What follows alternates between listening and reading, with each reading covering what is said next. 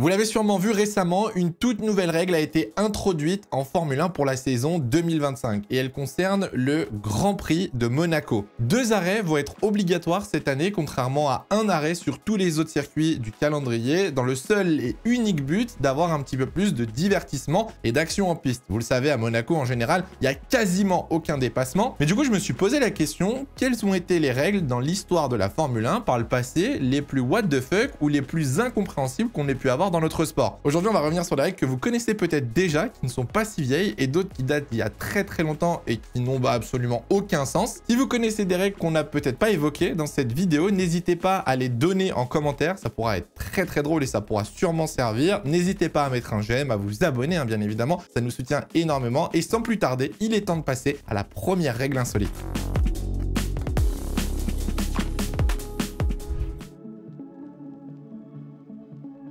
Pour cette première règle, si vous suivez la Formule 1 depuis pas si longtemps, vous en avez peut-être déjà entendu parler. Si je vous parle des points doublés dans le dernier Grand Prix de la saison. Faut revenir au début de l'ère hybride en 2014. À cette époque, Mercedes domine totalement le championnat. Que ce soit pilote ou constructeur, Mercedes écrase tout sur son passage. En 2014, c'est la 3e fois que le circuit de Yas Marina accueille le dernier Grand Prix de la saison. Ça avait été le cas en 2009, ça avait été le cas en 2010. Et pour cette année-là, ils se sont dit, et si on doublait les points du top 10. La victoire ne rapportait donc pas 25 points, mais 50 points. La deuxième place, pas 18, mais 36. La troisième, non pas 15, mais 30, etc. Jusqu'à la 10e place qui rapportait 2 points. Alors, dans l'idée, c'est pas si bête. En vrai, ça peut permettre de relancer un championnat et ça donne beaucoup plus d'enjeux au final sur la fin de saison pour pourquoi pas avoir un retournement de situation dans le dernier Grand Prix de la saison. En 2014, le titre se joue donc entre Lewis Hamilton et Nico Rosberg. Ils sont séparés de 17 points avant le dernier Grand Prix, donc en vrai tout est encore à jouer. Malheureusement pour Nico Rosberg, il aura fallu attendre seulement quelques tours avant que des problèmes mécaniques, des problèmes sur sa voiture viennent totalement ruiner sa dernière course de la saison et ses espoirs de titre. Lewis Hamilton remporte donc le dernier Grand Prix et le championnat en 2014, gagne le titre avec 67 points d'avance, qui n'est pas du tout représentatif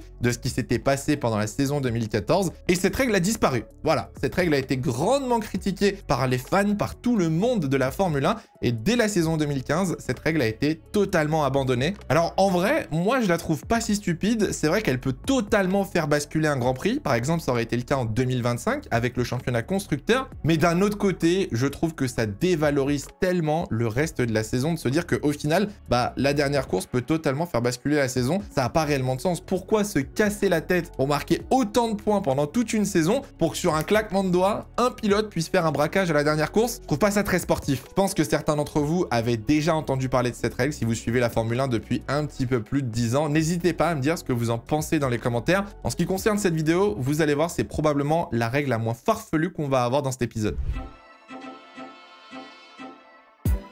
Alors, je vous ai parlé dans un premier temps d'une règle qui a été supprimée face aux critiques de la Formule 1. Là, cette fois-ci, pour la deuxième règle, elle est toujours en activité et en 2025, je pense que beaucoup de personnes ne la connaissent pas. Elle concerne l'utilisation des pneus intermédiaires et des pneus wet. Est-ce que vous saviez que lorsque la piste n'est pas déclarée comme mouillée, humide, vous n'avez pas le droit, c'est interdit dans le règlement, de passer des pneus intermédiaires ou des pneus wet. La raison, elle est très simple, la règle existe pour que les pilotes et les équipes n'utilisent pas ces trains de pneus afin de garder des pneus soft, medium ou hard pour le reste du week-end. Donc, vous ne pouvez pas utiliser des pneus intermédiaires, vous ne pouvez pas vous tromper en mettant des intermédiaires sous peine d'être pénalisé et sanctionné par la FIA. Alors, vous allez me dire, oui, mais Hydro, qui va passer des pneus intermédiaires quand il fait sec? C'est vrai que sur le principe, personne ne va le faire. Mais si vous regardez les championnats e-sport, c'est une technique pour économiser des trains de pneus et avoir beaucoup plus de possibilités pendant le Grand Prix. On aurait pu se dire que les pneus soft, medium et hard étaient interdits lorsqu'il pleuvait et qu'on avait seulement le droit d'utiliser les intermédiaires et les pneus wet. Eh ben non! Là, par contre, s'il pleut, vous avez le droit de mettre des pneus secs, vous avez le droit de passer des softs, des mediums ou des hard. Là, ça ne pose pas de problème. Alors oui, forcément, ça a un petit peu de sens parce que quand la piste commence à sécher, il y a forcément une une équipe qui va vouloir rapidement passer sur des pneus secs, quand le DRS va être activé ou désactivé, forcément les équipes vont essayer de juger le grip qu'il peut y avoir sur la piste. Mais ça ne dépend vraiment que de la décision de la FIA si elle déclare que la piste est considérée comme humide ou sèche. C'est la FIA seulement qui prend cette décision. Il peut y avoir une autre règle qui peut être introduite et qu'on l'a vu lors de la dernière saison en 2024 au Grand Prix du Brésil. Lorsque la pluie est beaucoup trop forte et qu'il y a beaucoup trop d'eau sur la piste, la FIA peut obliger les pilotes à utiliser les pneus wets. Mais là, on parle vraiment d'un cas de force majeure dans des conditions extrêmes. En général, la FIA n'impose pas cette règle. Bref, tout ça pour vous dire que si vous espériez un jour voir un pilote en pneu intermédiaire sous 35 degrés en Australie alors qu'il fait beau, vous pouvez tout de suite oublier, ça n'arrivera jamais.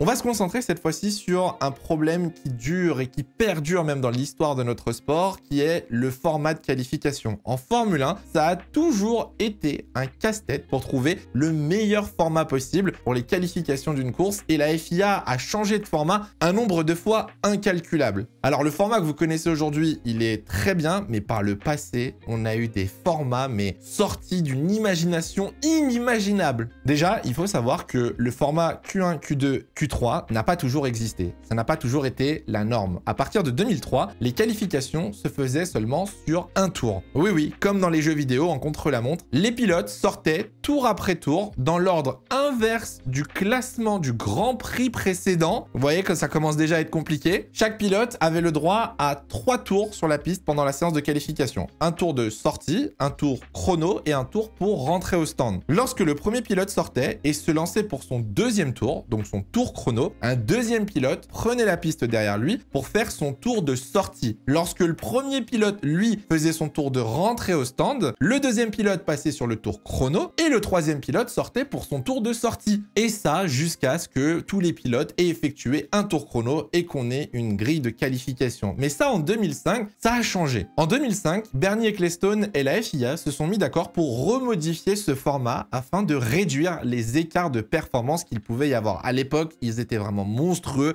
On parlait de plusieurs secondes d'écart entre les voitures. Donc à partir de la saison 2005, on a gardé les tours chrono du samedi, mais on a rajouté une séance le dimanche matin. Quelle belle idée. Alors là, vous devez vous demander, mais du coup, qu'est-ce qu'elle avait de si spécial cette séance du dimanche matin par rapport au samedi après-midi? Déjà, première chose, les qualifications du dimanche matin se faisaient avec le plein d'essence. Donc oui, les voitures étaient beaucoup plus lourdes, elles étaient beaucoup plus lentes. Et dans un deuxième temps, en fait, on additionnait les tours chrono du samedi après-midi et les tours chrono du dimanche matin, en espérant que des pilotes performent peut-être un petit peu moins bien avec le plein ou le dimanche matin et que ça resserre un petit peu les écarts. Vous vous en doutez bien, si j'en parle dans cette vidéo, ça n'a pas marché. Ça n'a pas du tout marché. Ni les équipes, ni les pilotes, et encore moins les journalistes étaient fans de ce format. Déjà, le premier problème, c'est que ça changeait rien aux performances, en fait. On avait toujours les mêmes devant, on avait toujours les mêmes au milieu, et on avait toujours les mêmes derrière. Juste, on avait fait 2 tours, on avait eu une séance qui n'avait servi à pas grand-chose. Ça n'a pas plu aux équipes, déjà dans un premier temps, parce que ça faisait rouler les voitures, donc ça faisait user les pièces beaucoup plus. Ça n'a pas plu aux pilotes, qui leur faisaient un roulage inutile le dimanche matin avant le Grand Prix, et ça n'a surtout pas plu aux journalistes. Faut bien se dire qu'on est en 2005, et en 2005, les résultats se font dans la presse papier. On envoie les résultats des qualifications dans les journaux. Alors, quand c'est le samedi après-midi, c'est très bien, on a le temps de remplir la grille de qualification et d'y publier dans le journal du lendemain. Quand il faut attendre le dimanche à midi pour avoir les résultats finaux de la qualification et que la course, elle est à 15 h, c'était un casse-tête pour les journalistes. Au final, tout le paddock a commencé à mettre une énorme pression sur Bernie Ecclestone, à l'époque président de la Formule 1, pour rechanger le format. Et le format que je viens de vous présenter, du coup, n'a duré que 6 Grands Prix. Et l'année suivante, en 2006, ça a été le début du format que vous connaissez très bien, Q1, Q2, Q3. Comme quoi, avant de trouver la recette idéale, il faut tester plusieurs ingrédients et autant vous dire que le format de qualification, on en a testé beaucoup.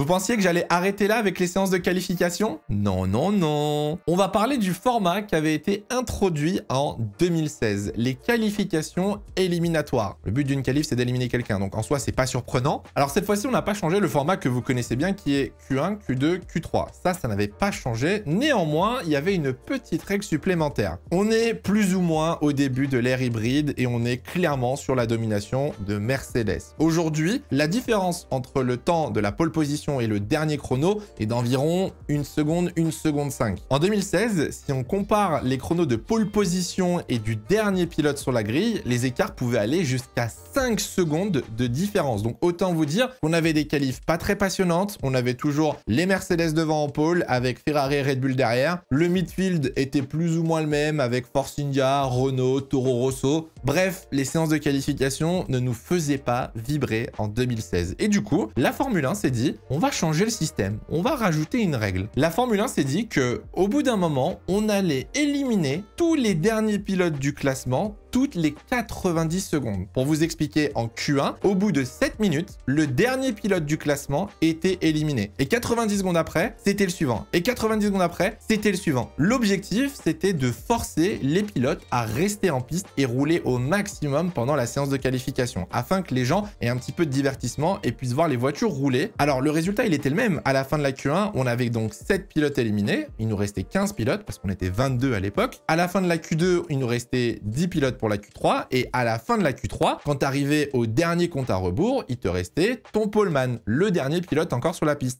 Ce format, il a été introduit en 2016 pour le Grand Prix d'Australie, et je vous le dis droit dans les yeux, je crois que je n'ai jamais vu un aussi gros flop de ma vie en Formule 1. Le format est un échec total, tout l'opposé de ce que la F1 voulait. Au final, les pilotes ne roulaient pas plus que ça. Il y avait une incompréhension totale, que ce soit entre les équipes, entre les pilotes, entre les commentateurs. Il n'y avait pas assez de pneus au final pour enchaîner les tours chrono, donc les équipes ne voulaient pas sacrifier la course du dimanche. Imaginez-vous, samedi matin, séance de qualification, c'est 6 h du mat, on est en Q3, il reste 5 minutes, plus aucun pilote en piste. Tous les pilotes étaient décasqués, tous les pilotes étaient déjà de retour dans le paddock. C'est un échec monumental. Tout le monde s'est plaint auprès de la F1 à cause de ce nouveau format, et la Formule 1 s'est dit, bon, en vrai, c'est vrai que ça marche pas. Bon, on va le refaire, hein.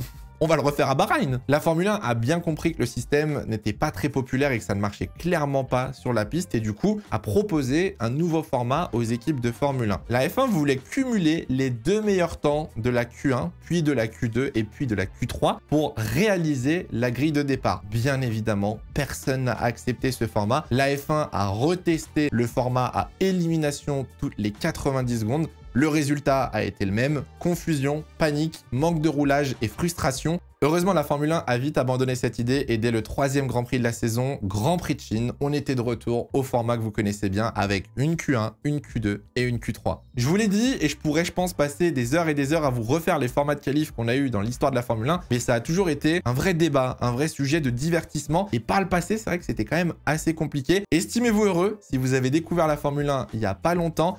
Aujourd'hui, les qualifications sont très intéressantes, les écarts sont très serrés. Par le passé, l'histoire était totalement différente.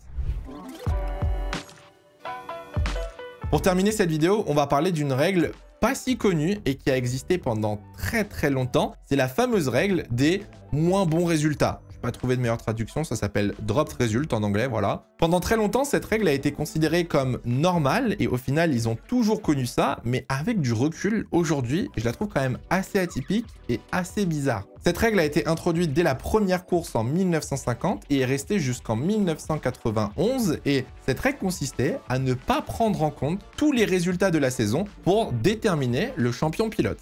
Oui, vous ne rêvez pas. Par exemple, pour la saison 1950, la toute première de l'histoire de la Formule 1, il y a eu 7 Grands Prix. Eh bien, on a comptabilisé que seulement 4 résultats dans cette saison de Formule 1 pour établir le classement. En 1988, par exemple, il y en a eu 16 de courses. On avait pris seulement 11 résultats pour définir qui serait champion de Formule 1 à cette époque. Alors là, vous devez vous dire, mais what the fuck, mais pourquoi, comment ça, on ne prend pas en compte tous les résultats? Quelle est la logique derrière cette règle? Bah, en vrai, au moment de son introduction en 1950, elle est pas si stupide. Cette règle avait pour but de donner une sorte d'équité à tous les pilotes, parce que faut pas oublier qu'au début de la Formule 1, on était loin d'avoir un sport professionnel. Les pilotes ne participaient pas à tous les grands prix, certains ne pouvaient faire que certaines courses, d'autres faisaient les saisons complètes. Cette règle avait pour but un petit peu d'équilibrer les championnats et éviter qu'un pilote qui soit là pendant toute la saison puisse totalement dominer, alors que d'autres ne font qu'une course sur 2. Faut vous dire qu'aussi, à l'époque, les pilotes de Formule 1 ne faisaient pas que de la Formule 1. Certains participaient à d'autres championnats, à d'autres catégories. Certains n'étaient pas pilotes à plein temps, au final, c'était peut-être pas leur métier. Mais avec le temps, cette règle, je trouve ça surprenant qu'elle n'ait pas été abolie plus tôt, parce que cette règle, au final, a coûté le titre à des pilotes que vous connaissez très bien. comme Alain Prost par exemple. En 1988, le titre se joue entre Alain Prost et Ayrton Senna. Et vous le savez très bien, c'est Ayrton Senna qui remporte le titre. Sauf que la réalité de la chose, c'est qu'Alain Prost avait fait une meilleure saison. Alain Prost avait été plus régulier et avait marqué plus de points sur la totalité de la saison. Le résultat que tout le monde connaît, c'est Senna champion avec 90 points et Prost deuxième avec 87 points. Mais si on prend toutes les courses, si on compte vraiment tous les résultats, Ayrton Senna aurait terminé deuxième avec 94 points et Alain Prost aurait été champion avec 105 points. Et c'est là où je me dis, mais what the fuck, comment à l'époque ça ne pouvait pas choquer que le mec qui gagne le plus de courses et qui marque le plus de points ne remporte pas le titre. Alain Prost n'a pas été la seule victime, entre grosses guillemets on va dire, de cette règle, c'est arrivé aussi avec John Surtees et Graham Hill en 1964. John Surtees est champion de 1 point devant Hill, alors que en vérité, si on avait compté la totalité des résultats, Graham Hill aurait dû remporter le titre 1 point devant John Surtees. Bon, cette règle, comme je vous l'ai dit, elle a été abolie en 1991, mais je pense qu'il y en a beaucoup qui ne la connaissaient pas. Je pense qu'il y en a beaucoup qui vont être surpris. Et moi, je trouve que c'est quand même assez exceptionnel de se dire qu'à l'époque, bah, on comptait pas toute la saison. Depuis, vous le savez, maintenant, on cumule les points d'absolument toutes les courses depuis 1991 et je pense que honnêtement, c'est pas prêt de changer, mais comme ça, vous le saurez si un jour on vous reparle de la saison 88 et du titre d'Ayrton Senna. Vous saurez qu'au final, c'est pas lui qui a marqué le plus de points sur la saison. Bon, j'espère que cette vidéo vous aura plu. J'ai essayé de prendre un petit peu des règles marrantes et à la fois bizarres. Il y a énormément de règles qu'on aurait pu aussi mettre dans cette vidéo, donc n'hésitez pas dans les commentaires. On pourrait probablement vous faire un deuxième épisode avec peut-être l'aspect technique des voitures aussi. Enfin, il y a eu énormément de choses dans l'histoire de la Formule 1 que vous ne connaissez pas. Si cette vidéo vous a plu, n'oubliez pas de mettre un petit j'aime et de vous abonner. Ça nous soutient énormément. La saison de Formule 1 a repris et beaucoup de contenus vont arriver dans les prochains jours. Merci encore d'avoir regardé jusqu'au bout. En attendant, faites attention à vous et portez-vous bien. C'est le plus important. Ciao, ciao.